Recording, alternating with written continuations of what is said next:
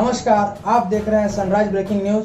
आइए देखते हैं सुबह की ताजा खबरें। जमशेदपुर के परसुडी थाना पुलिस ने गुप्त सूचना के आधार पर गदरा बस्ती भूमिज टोला के पास छापामारी करते हुए डकैती की योजना बनाते हुए इंटर स्टेट आपराधिक गैंग का खुलासा किया है। गैंग के 15 अपराधियों को 5 देसी पिस्टल, 17 देसी कट्टा, 76 जिंदा कारतूस, 1 सफेद रंग की टाटा इंडिगो कार, 2 स्कूटी, 53,200 रुपए नगद और 11 मोबाइल फोन के साथ गिरफ्तार कर न्यायिक हिरासत में भेज दिया। इस संबंध में डीआईजी राजीव रंजन सिंह ने बताया कि जमशेदपुर पुलिस के लिए यह एक बड़ी कामयाबी है। पुलिस की गिरफ्त में आए आपराधिक संगठित गिरोह के सदस्य हैं। उन्होंने बताया कि पुलिस की गिरफ्त में आए सभी अपराधी प्रोफेशनल तरीके से घटनाओं को अंजाम देते हैं। शहर में हो रही आपराधिक घटनाओं के पीछे इनकी संलिप्तता से इनकार नहीं किया जा सकता है। उन्होंने बताया कि इनके गिरफ्तार होने के बाद शहर में आपराधिक घटनाओं में कमी जरूर आएगी। हालांकि इन अपराधियों के पीछे किसी सफेद पोश का हाथ होने से उन्होंने सीधे सीधे इनकार तो नहीं किया, लेकिन सूत्रों की अगर माने तो इतने बड़े आपराधिक गिरोह के संचालित होने के पीछे राजनीतिक सांठगांठ जरूर है।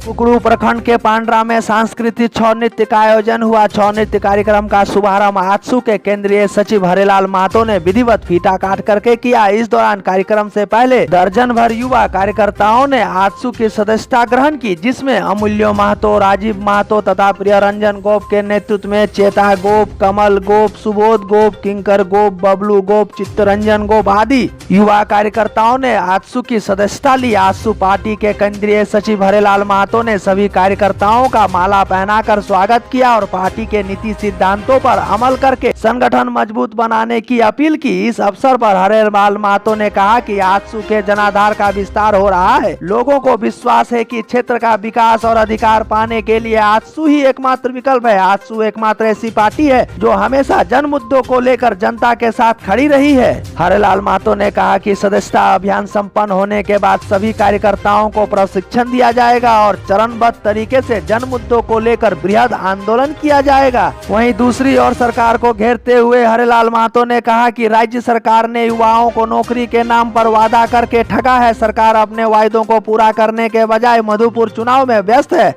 देश के कई राज्यों में तेजी से बढ़ते कोरोना वायरस के मामले को काबू करने के लिए एक बार फिर पाबंदियां लगाई जा रही है। आलम यह है कि कई राज्यों में नाइट कर्फ्यू, वीकेंड लॉकडाउन का ऐलान तक कर दिया गया है। इसी बीच सोशल मीडिया पर ट्रेनों के दोबारा बंद होने की चर्चा तेज हो गई है, जिस पर शुक्रवार को रेलवे ने जवाब दिया है। रेलवे मंत्रालय ने बयान जारी करते हुए कहा कि अभी रेल सर्विस को बंद करने या ट्रेनों की संख्या घटाने का कोई प्लान नहीं है। जो लोग ट्रेन में यात्रा करना चाहते हैं वह कर सकते हैं, उन्हें ट्रेन मिलने में कोई परेशानी नहीं होगी। अगर प्रवासी मजदूरों के पलायन के चलते ट्रेनों में भीड़ बढ़ती है तो हम तुरंत ट्रेन की संख्या बढ़ा देंगे। गर्मियों में भीड़ को देखते हुए हम कुछ ट्रेनें पहले ही शुरू कर चुके हैं। लोगों को पैनिक करने की जरूरत नहीं है। ज्ञात हो कि रेलवे बोर्ड के चेयरमैन सुनीत शर्मा ने बताया कि सोशल मीडिया पर पहले के लॉकडाउन के दौरान के कुछ वीडियो वायरल हो रहे हैं, जिसमें रेलवे स्टेशन पर प्रवासी मजदूरों की भारी भीड़ दिखाई दे रही है। उन्होंने कहा कि ये वीडियो लोगों को पैनिक क्रिएट कर रहे हैं। ये वीडियो आज की नहीं है। इस वक्त रेलवे स्टेशनों पर नॉर्मल भीड़ है। बता दें कि कोरोना प्रसार को रोकने और रेलवे स्टेशन पर भीड़ को नियंत्रित करने के लिए भारतीय रेलवे ने बड़ा फैसला लिया है। इसके तहत मुंबई के 6 रेलवे स्टेशनों पर तत्काल प्रभाव से प्लेटफॉर्म टिकट की बिक्री पर रोक लगा दी गई है।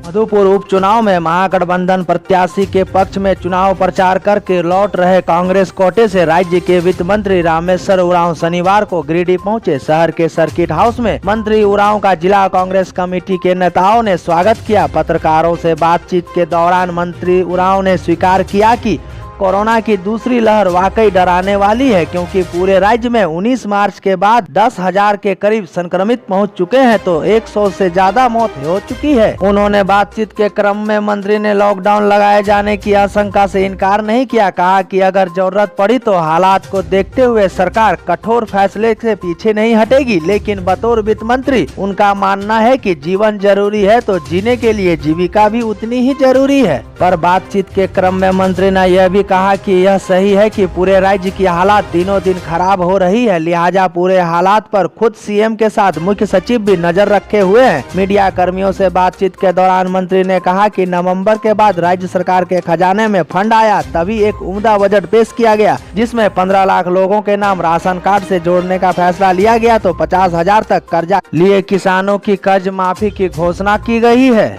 बंगाल विधानसभा के लिए चौथे चरण में शनिवार को उत्तर बंगाल में कूच बिहार तथा अलीपुरद्वार जिलों तथा दक्षिण 24 परगना, हावड़ा और हुगली में 44 विधानसभा सीटों पर मतदान चल रहा था। चुनाव के दौरान कई जगहों से हिंसक घटनाओं की सूचना आ रही थी। वहीं दूसरी तरफ हिंसा की वारदातों पर नियंत्रण करने के लिए सीआईएसएफ को गोलियां भी चलानी पड़ी। जानकारी के अनुसार उत्तर बंगाल के शीतलकुची विधानसभा क्षेत्र के पठान टोली में एक बूथ पर मतदान करने के लिए लाइन में खड़े लोगों पर गोली चलाई गई, जिसमें 4 लोगों की मौत की खबर है। चुनाव आयोग ने कहा है कि गोली सीआईएसएफ ने चलाई थी। वहीं हुगली जिला के चिंचुड़ा विधानसभा क्षेत्र में मुस्लिम बहुल इलाके में भाजपा सांसद लॉकेट चटर्जी पर हमला हुआ है। भाजपा के मीडिया सेल ने बताया कि लॉकेट चटर्जी पर जिस ईश्वरबाग इलाके में हमला हुआ है वह मुस्लिम बहुल इलाका है। बाहरी लोगों ने भाजपा सांसद पर हमला किया है। बता दें कि इस चरण के चुनाव में केंद्रीय मंत्री और बॉलीवुड के मशहूर गायक बाबुल सुप्रियो और पश्चिम बंगाल के मंत्री पार्थ चटर्जी तथा अरूप विश्वास के साथ साथ माकपा के वरिष्ठ नेता सुजन चक्रवर्ती की राजनीतिक किस्मत का फैसला होना है। चौथे चरण के चुनाव में निर्वाचन आयोग ने 44 निर्वाचन क्षेत्रों में 15,940 मतदान केंद्र बनाए थे। यहाँ केंद्रीय सशस्त्र पुलिस बल की कम से कम 889 टुकड़ियों को तैनात किया गया था। कांग्रेस अध्यक्ष सोनिया गांधी ने देश में कोरोना के बढ़ते मामलों के लिए केंद्र को दोषी माना है। शनिवार को कांग्रेस शासित राज्यों के सीएम मंत्रियों के साथ हुई वीडियो कॉन्फ्रेंसिंग में यह आरोप लगाया गया। इसमें सांसद राहुल गांधी के अलावा झारखंड से मंत्री रामेश्वर उरांव सहित अन्य कांग्रेसी नेता शामिल हुए। सोनिया गांधी ने कहा कि पीएम नरेंद्र मोदी कोरोना महामारी में समुचित प्रबंधन में विफल साबित हुई है। ऐसे मौके पर टीके का निर्यात कर रहे जिससे देश में उसकी कमी हो गई है। चुनाव और धार्मिक आयोजनों के लिए सार्वजनिक समारोह के आयोजन ने कोविड-19 केस को गति दे दी है। हम सबों को आगे बढ़कर कोरोना की रोकथाम पर काम करने की जरूरत है। इस दिशा में सख्त कदम उठाने पर जोर दिया जाए। इधर सोनिया गांधी ने झारखंड के मंत्री डॉक्टर रामेश्वर उरांव से झारखंड में कोरोना टीका की उपलब्धता के अलावा वेंटिलेटर, ऑक्सीजन वगैरह के बारे में जानकारी मांगी तो श्री उरांव ने बताया कि राज्य में वैक्सीन की कमी हो गई थी। केंद्र सरकार से पत्राचार किए जाने पर अब 10 लाख वैक्सीन की डोज उपलब्ध करा दी गई है।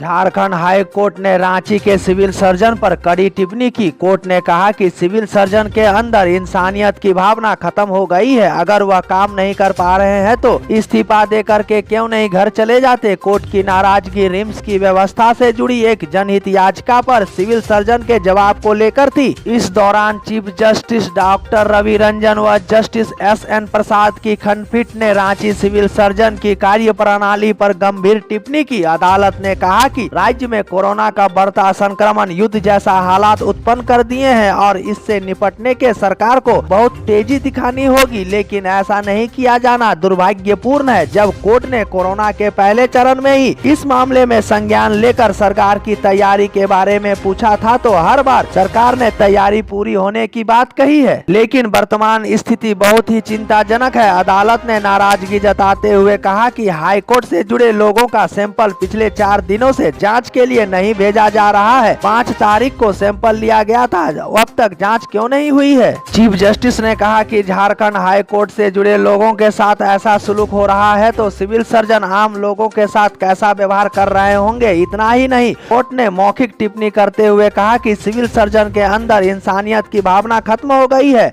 अगर वह अपना कार्य नहीं कर पा रहे हैं तो इस्तीफा देकर चले क्यों नहीं जाते। पश्चिम बंगाल के पंथापाड़ा गांव में छापामारी करने गए बिहार के किशनगंज जिले के टाउन थाना प्रभारी की हत्या मामले में पुलिस ने 3 आरोपियों को गिरफ्तार कर लिया है। वहीं अन्य अपराधियों की गिरफ्तारी के लिए छापामारी जारी है। इस बात की जानकारी बिहार पुलिस मुख्यालय ने प्रेस विज्ञप्ति जारी करके दी है।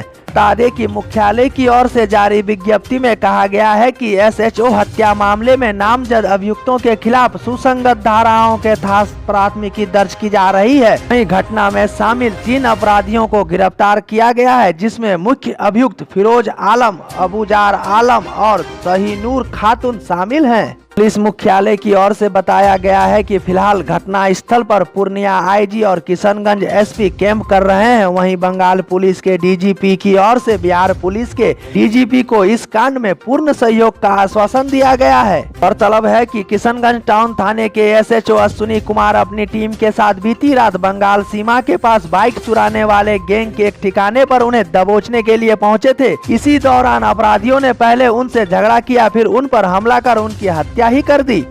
शनिवार को धनबाद रेल मंडल के डीआरएम आशीष बंसल ने धनबाद कोडरमा रेलखंड का निरीक्षण किया। इस दौरान परसाबाद दसरा रेलखंड के 115 साल पुराने रेल ब्रिज की स्थिति देखी और इंजीनियरिंग विभाग के अधिकारियों से ब्रिज के मजबूतीकरण को लेकर अब तक के कार्यों की जानकारी ली। वहीं धनबाद रेल मंडल के अंतर्गत प्रधान घंटा से मानपुर के बीच रेल पुलों की स्थिति से रूबरू हुए। कोडरमा स्टेशन के निरीक्षण के क्रम में उन्होंने बताया कि हावड़ा से दिल्ली के बीच आने वाले समय में सेमी हाई स्पीड ट्रेन चलाने की तैयारी है। ट्रेनों की रफ्तार 160 से 200 किलोमीटर प्रति घंटा होने से हावड़ा दिल्ली का सफर मात्र 12 घंटे में पूरा होगा। वर्तमान में कोडरमा के रास्ते होकर चलने वाली राजधानी एक्सप्रेस का सफर 17 घंटे में पूरा होता है। इस रूट पर वर्तमान में 130 किलोमीटर प्रति घंटे की गति से कई ट्रेनों का परिचालन अभी हो रहा है। बताते चले कि केंद्र सरकार ने चालू वित्तीय वर्ष के बजट में हावड़ा से नई Delhi semi high speed project के लिए 1341 करोड़ दिए हैं, जिसमें धनबाद रेल मंडल को अपग्रेड करने के लिए करीब 200 करोड़ की राशि उपलब्ध कराई गई है।